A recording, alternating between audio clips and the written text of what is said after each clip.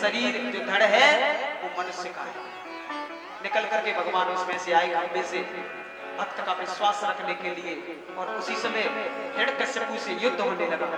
युद्ध होते होते होते होते और उसी समय भगवान शाम का वक्त हुआ। भगवान ने हिरण्यकश्यपु को लिया, अपनी जंघाओं पर रख करके और दहलीज पर बैठ गए। ध्यान से समझना है कि एक सब यहाँ पर कुछ आपके जीवन की महत्वपूर्ण बातें हैं। दहलीज पर भगवान बैठ गए और दहलीज पर बैठ करके भगवान ने अपने नाखून बढ़ाए। हिरण्यकश्यपु से कहा, देख भाई तेरे सब वरदान पूरे हैं, न तो दिन है न रात है, संध्या समय है, न तू ऊपर है न नीचे है, मेरी जंघाओं पर है, न तू बाहर है न भीतर है, तू दहलीज पर है।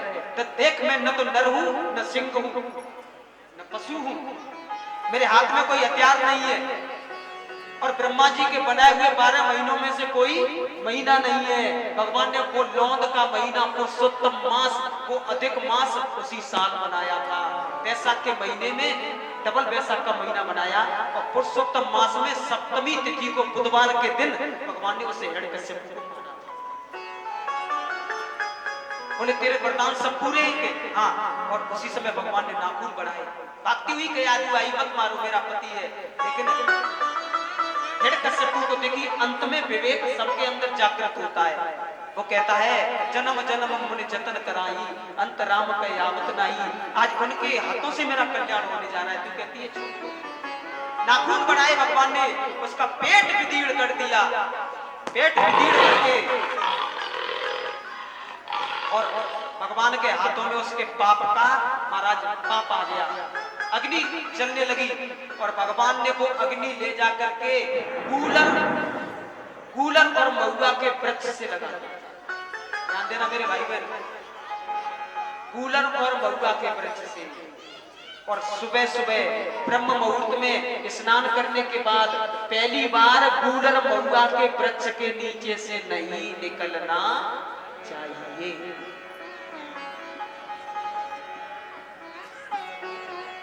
अगर निकलना पड़े तो 3 बार ओम नरसिंहाय नमः, ये 3 बार बोलना चाहिए, तो पाप नहीं लगेगा, नहीं तो पाप लगता है। इस प्रकार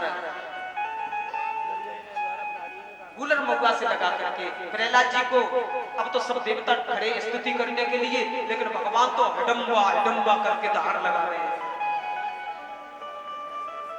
लक्ष्मी जी के पास गए सब देवता, मां भगवान का क्रोध शांत नहीं हो रहा, तुम चलो। तो लक्ष्मी जी को क्या मालूम, वो तो यही समझती थी कोई छीन सा खाएंगे। लक्ष्मी जी बड़ा सुंदर श्रृंगार करके आरती का थाल लेकर के जैसे ही गई, आगे जाके देखा नरसिंह भगवान खड़े हैं। जैसे ही नरसिंह भगवान ने धार लगाई, थाल कहीं पटक दिया और भागती गई और सीधे स्वर्ग में जाकर के श्वास। लक्ष्मी जी कहती है, आय राम, मैंने ऐसे भगवान तो कभी नहीं देखे। तब सब देवताओं ने कहा, प्रहलाद तेरे कारण भगवान को क्रोध आया है, बेटा तू ही जा। प्रहलाद जी गए हैं, भगवान ने प्रहलाद जी को अपनी गोद में बैठा दिया और गोद में बैठा करके प्रहलाद जी के शरीर को चाटने लगे। जैसे गाय अपने बछड़े को चाटती है ना, ऐसे ही भगवान प्रहलाद जी के शरीर पर जो चोट के दाग थे उन्हें चाट रहे हैं।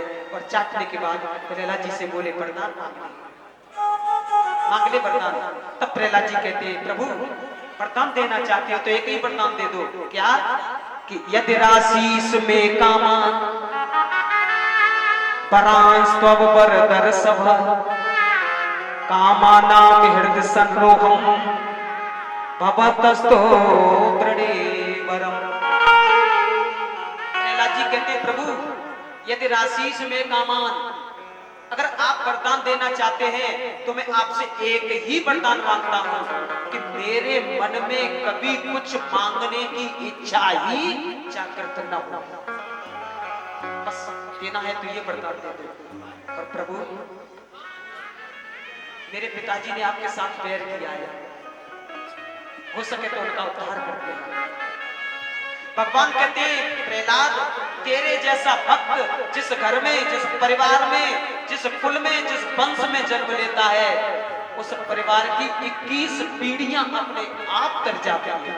तू एक ही बात करता है, 21 पीढ़ियां, 7 पीढ़ियां उसके माँ के परिवार की, 7 पीढ़ियां उसके पत्नी के परिवार की और 7 पीढ़ियां उसके परिवार की, 21 पीढ़ियां तर जाती हैं। प्रहलाद जी को इस प्रकार भगवान ने अपना पार्षद बनाया है। प्रहलाद जी आज भी पाताल लोक में रह रहे हैं। इस प्रकार भगवान प्रहलाद जी को एक कल्प तक का राज्य दे करके उसके बाद पाताल में जाने का आदेश दे करके भगवान चले गए हैं।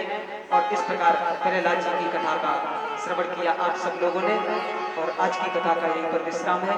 मेरे भाई बहन ध्यान देना, कल बड़ी सुंदर कथा है, गजगिरा की कथा, उसके बाद समुद्र मंथन की कथा, बलि वामन चरित्र, और उसके बाद सूर्यवंश की कथा जिसमें राम जी की राम कथा आपको सुनाई जाएगी। मैं आपसे अनुरोध करूंगा, आप कृपा करके 12 बजे आते हैं, 12 बजे से बाद में, लेकिन कथा का समय 11 बजे है, और आप 11 बजे आइए। राम कथा का कल से आनंद लीजिए। कल को प्रेम से 2-3 घंटे राम कथा सुनाएंगे, और उसके बाद फिर आपको भगवान कन्हैया का जन्मोत्सव मनाया जाएगा। तो सभी माताओं और बहनों से, भाई बंधुओं से अनुरोध है, कल किसी जिसके पास पीले पीले वस्त्र हो वो सब पीले पीले पहन के आना, ठीक है? क्योंकि कल हमारे ठाकुर जी का प्राकट्य होगा, इसलिए सब पीले पीले पहन के आना, और 11 बजे आना। कल आपको राम कथा भी हम सुनाएंगे, 2-3 घंटे शायद हो सके तो। और अब सब लोग आरती के लिए खड़े हो जाएं, आरती करें। भजन, अच्छा तो लो एक भजन, सभी लोग खड़े होकर आनंद लें भजन का, और उसके बाद फिर आरती करते हैं, ठीक है? कि दीवाना बना दिया हमें, मैं ना जो मैं अपनी अपनी जगह पे अपनी जगह, कि दीवाना बना दिया हमें।